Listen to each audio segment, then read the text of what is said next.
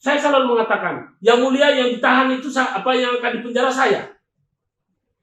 Bukan hakim, bukan jaksa, bukan penyidik, bukan juga pengacara saya. Jadi saya harus membela kepentingan saya. Jadi kepada masyarakat, ya, masyarakat seluruh Indonesia, Anda yang jadi terdakwa, saya secara khusus dalam pembicaraan ini pembelaannya, jadi bukan soal kesalahan, tapi perjuangan yang namanya Habib Rizik, saya salut. Ya, tolong dibagikan ini video kepada pendukungnya Habib Rizik. Itu luar biasa. Dia berarti menyadari haknya. Jadi ketika saya ini bukan berarti menyalahkan hakim, bukan. Tapi Habib Rizik karena dia statusnya terdakwa, boleh. Namanya terdakwa. Ya, mudah-mudahan Habib Rizik pernah nonton video saya. Saya memberikan edukasi. Anda jadi terdakwa, ingat, kesempatan Anda untuk mempertahankan harkat martabat dan membuktikan Anda tidak bersalah adalah hanya di pengadilan. Karena kalau sudah diponis, sudah diputus oleh kalau sudah diponis, sudah diketok palu putusan pengadilan, maka Anda tidak bisa punya kesempatan untuk melakukan itu kecuali upaya hukum. Tapi ingat, para terdakwa di seluruh Indonesia atau keluarga terdakwa di seluruh Indonesia atau pengacara terdakwa di seluruh Indonesia, Anda belum jadi pengacara hebat kalau tidak menonton video ini. Anda bukan pengacara tangguh, ya, kalau tidak mengikuti video ini. Saya ingin mengatakan maaf, bukan merendahkan Anda, menyombongkan diri. Tapi kebanyakan pengacara itu cuma cerita, mereka belum pernah jadi terdakwa. Ya, saya jadi pengacara sekaligus sudah jadi terdakwa dan saya mampu membela diri saya. Saya melawan. Ya, begitu penyidik datang ingin menjemput paksa, saya tolak. Kemudian dia memaksa, saya lawan. Ya, ingat, video yang saya kirimkan itu adalah video perlawanan. Yang mengirim itu video adalah saya, bukan penyidik. Saya sengaja viralkan itu supaya penyidik itu ini cuci otak. Sadar, mereka salah, mereka melanggar, tapi mereka itu arogan. Saya ingin tunjukkan.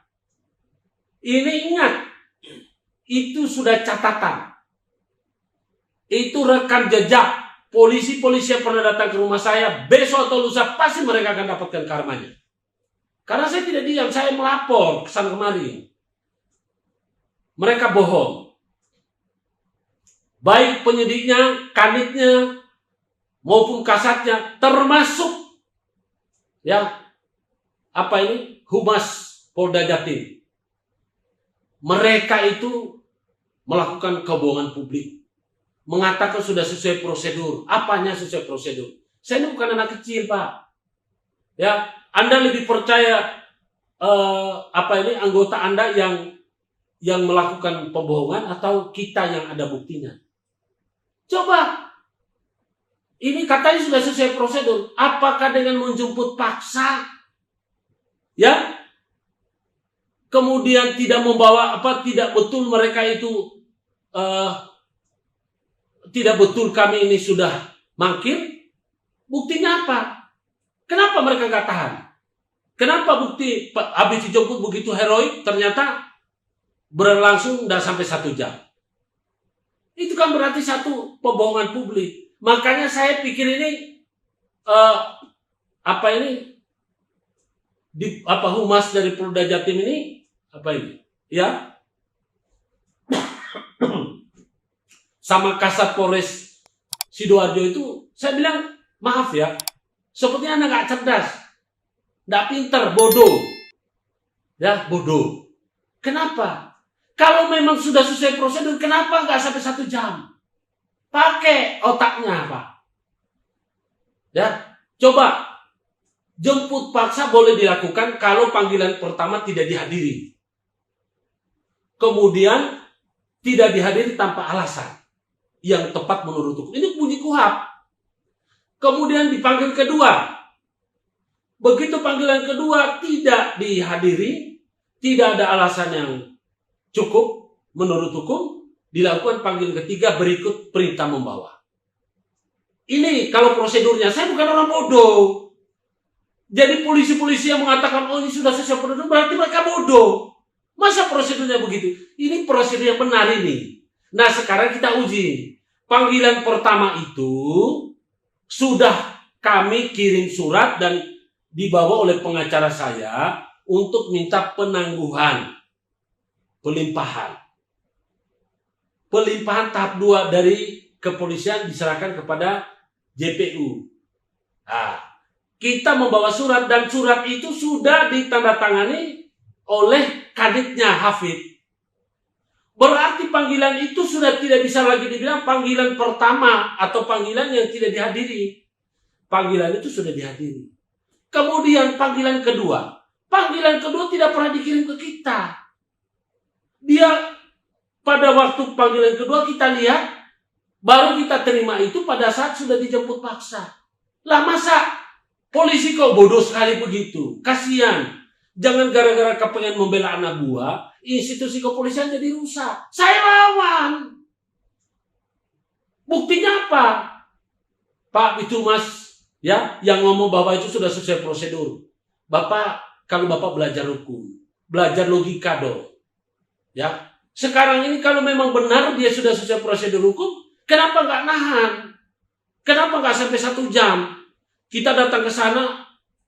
Itu yang bikin lama karena saya tidak, yang bikin sampai apa? Karena saya tidak mau langsung diperiksa di rapid test. Karena kenapa? Habis berontak. Itu coba. Kalau kita mau lihat juga, biasanya diperiksa jantung, darah tinggi, diukur badan, tidak. Ya, apa? Sudah melakukan penangkapan 10 orang, Pak. Muda-muda melawan saya ini sudah tua 56 tahun. Apa nggak malu polisi itu? Malu, Pak. Ini yang kayak gini-gini harusnya polisi itu berkaca, bercermin. Anda ini layak jadi polisi apa enggak? Layak jadi penyidik apa enggak? Kemudian diperkuat oleh Kasat, katanya sudah sesuai prosedur. Lalu diperkuat lagi dengan Bitumasnya, sudah sesuai prosedur. Aduh, Pak. Ya, masa ada prosedur yang mengatakan penangkapan, jemput paksa atau penangkapan ini berdasarkan rekom dari Propam, Mabes Polri sama Kompolnas. Ini kan bodoh sekali. Saya bukan anak kecil, saya bukan orang desa, saya orang hukum. Bapak-bapak tidak mungkin ada rekom yang seperti itu. Saya sudah tanyakan. Baik di Kompolnas mengatakan kami tidak pernah selama ini, tidak pernah kami memberikan rekom untuk menangkap masyarakat. Begitu juga di Propam Mabes Polri. Mabes Polri Propam mengatakan kami ini polisinya polisi, yang boleh kami tangkap adalah polisi yang nakal. Jadi tidak ada hubungannya polisinya polisi menyuruh supaya masyarakat ditangkap. Tidak ada. Jadi bohong. Ya, itu kan kebohongan. Makanya saya videokan, ya, supaya ketahuan bodohnya. Ya. Seperti yang namanya AKP Hafid. Gak tahu. Jadi Anda pikir saya ini orang dungu? Enggak. Saya enggak dungu. Jadi sekali lagi saya ingin memberikan pembelajaran masyarakat. Gak apa-apa saya jadi tumbal. Saya jadi tumbal untuk penegakan hukum kita. Saya akan terus melawan.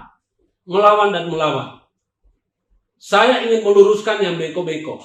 Saya ingin memberikan edukasi kepada masyarakat supaya masyarakat itu sadar bahwa sebetulnya masyarakat itu harus dilayani oleh aparatur negara. Jangan lagi ada masyarakat sedikit-sedikit nyogok, menyuap.